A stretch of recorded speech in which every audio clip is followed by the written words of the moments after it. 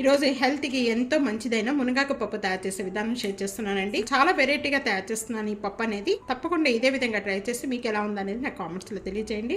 Subscribe చేయడం మర్చిపోవద్దు. ఫ్యామిలీతో ఫ్రెండ్స్తో వీడియోని షేర్ చేస్తూ వీడియోని లైక్ చేస్తూ ఉండండి. రండి ఇది ఎలా తయారు చేయాలో చూసేద్దాం. హాయ్ ఫ్రెండ్స్, నమస్తే. వెల్కమ్ టు ఆనర్స్ కిచెన్. మునగాకుతో పప్పు తయారు చేసే విధానం షేర్ చేయబోతున్నాను. ఇది లాస్ట్ వరకు కూడా స్కిప్ చేయకుండా చూడండి. చాలా వెరైటీ పప్పు అండి.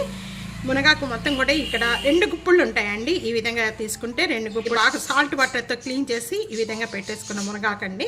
ఇక్కడ 2 గుప్పుళ్ళ మునగాకుకి నేను 1 కప్ అనేది కందిపప్పు చేస్తున్నాను. ఈ కందిపప్పు అంతా కూడా కుక్కర్లో వేసేసుకొని ఒక 3-4 టైమ్స్ వరకు కూడా బాగా క్లీన్ చేసుకోవాలండి. ఇక్కడ 4 టైమ్స్ వరకు కూడా బాగా క్లీన్ చేసుకున్న ఈ పప్పులో నేను 1 టేబుల్ స్పూన్ ఆయిల్ యాడ్ చేస్తున్నానండి. 1/2 టేబుల్ స్పూన్ పసుపు యాడ్ చేశాను. మనం ఏ కప్పుతో అయితే మనం కందిపప్పు తీసుకున్నామో సేమ్ కప్పుతోనే 3 కప్స్ అనేది వాటర్ యాడ్ చేస్తున్నాను. కుక్కర్ మూత పెట్టేసేసుకొని ఒక 4 లేక 5 విజిల్స్ వచ్చే వరకు కూడా కుక్ చేసుకుందామండి. చల్లారిన తర్వాత ఓపెన్ చేద్దాం. ఈ పప్పు ఉడుకుతూ ఉండగానే మనం ఈ చింతపండు నానబెట్టేసుకుందామండి. నేను ఇక్కడ ఉసిరికాయంత చింతపండు తీసుకున్నాను. నానబెట్టే ముందు ఒకసారి బాగా కడిగేద్దాం. వాటర్ అంతా తీసేద్దాం. ఇక్కడ చింతపండు అంతా కడిగిన వెంటనే కూడా చింతపండు మునిగేంత వరకు కూడా వాటర్ పోసేసి నానబెట్టేసుకుందాం ఒక 5 మినిట్స్.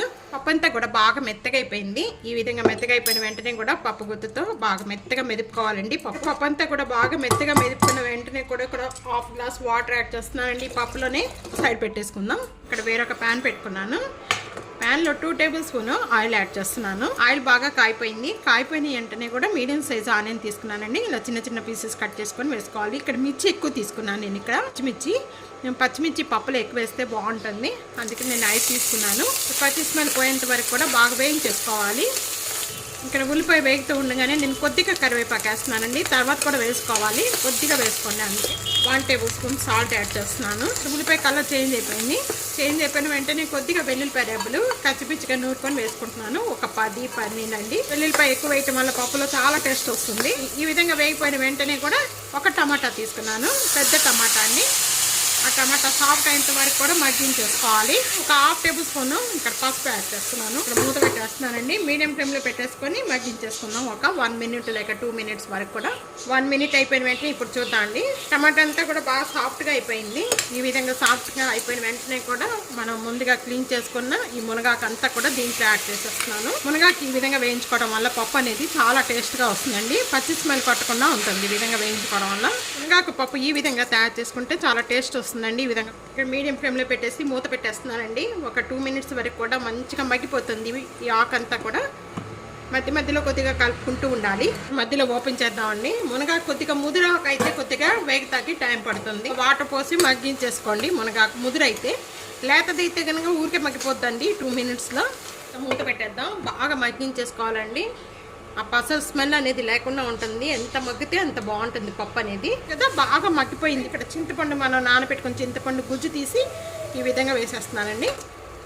ఇదంతా కూడా బాగా మగ్గిపోవాలి. వేసిన వెంటనే కొద్దిగా మగ్గిన వెంటనే కూడా అంతా కూడా దీంట్లో యాడ్ చేసేస్తున్నాను. ఇప్పుడు మీరు సాల్ట్ చూసుకొని కూడా వేసుకోవచ్చు అండి. సాల్ట్ కొద్దిగా ఇప్పుడే పప్పు వేసాం కదండి. 1 మినిట్ వరకు కూడా మగ్గాలి.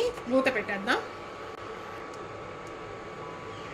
సాల్ట్ కొద్దిగా యాడ్ చేస్తున్నానండి, నాకు సరిపడలేదు.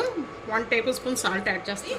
ఈ విధంగా చిక్కపడిపోయిన వెంటనే దీన్ని పక్కన పెట్టేసుకుందాం. నేను స్టవ్ మీద వేరొక ప్యాన్ పెట్టానండి. ఈ ప్యాన్లో 2 టేబుల్ స్పూన్ అనేది, tablespoon ghee, 1 tablespoon oil, 1/2 tablespoon jeera, 1/2 tablespoon ఆవాలు. ఇవి వేగుతూ ఉండగానే కొద్దిగా ఇంగువ, ఎండుమిర్చి వేస్తున్నాను. చిన్న తాలింపు దినుసులన్నీ కూడా బాగా వేగిపోయాయండి. వేగిపోయిన వెంటనే ఇంకా స్టవ్ బంద్ చేసేసుకోవచ్చు. స్టవ్ బంద్ చేసిన వెంటనే కొద్దిగా కరివేపాకు, కొద్దిగా కొత్తిమీర. మీరు మిర్చి ఎంత తీసుకుంటారో దాన్ని బట్టి వేసుకోవచ్చండి. నేను ఇక 1.5 table spoon red chilli powder add చేస్తున్నాను. స్టవ్ బంద్ చేసుకున్న తర్వాత మిర్చి పౌడర్ వేసుకోవాలండి, ముందుగానే వేసుకోవద్దు. ఈ తాలింపు ముందుగా వేసిన తాలింపు అంతా కూడా ఈ పప్పులో కలిపేసుకోవాలి. పప్పులో వేడి మీదే కలిపేసుకోవాలండి. వేడి మీద కలిపేసుకొని మూత పెట్టేసుకోవాలి. ఇలా మూత పెట్టుకోవడం వల్ల తాలింపు అంతా కూడా స్మెల్ అనేది బయటికి పోకుండా మరింత టేస్ట్ వస్తుంది పప్పు. ఇక్కడంతా 1 మినిట్ అయిపోయిన వెంటనే ఒకసారి ఓపెన్ చేద్దాం. పప్పులు అంతా కూడా వేసేసుకుందాం. ఈ పప్పుల తాలింపు అంతా వేసినంతా కూడా ఈ పప్పుకి అంతా పట్టించేసేయండి. ఇది చూడండి. ఇప్పుడు సాల్ట్ కానీ ఏది సరిపడిపోయినా వేసుకోవచ్చు.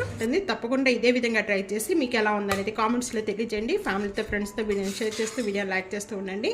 Thank you for watching. Next వీడియోలో కలుద్దాం. మన అంతవరకు సెలవు. బాయ్.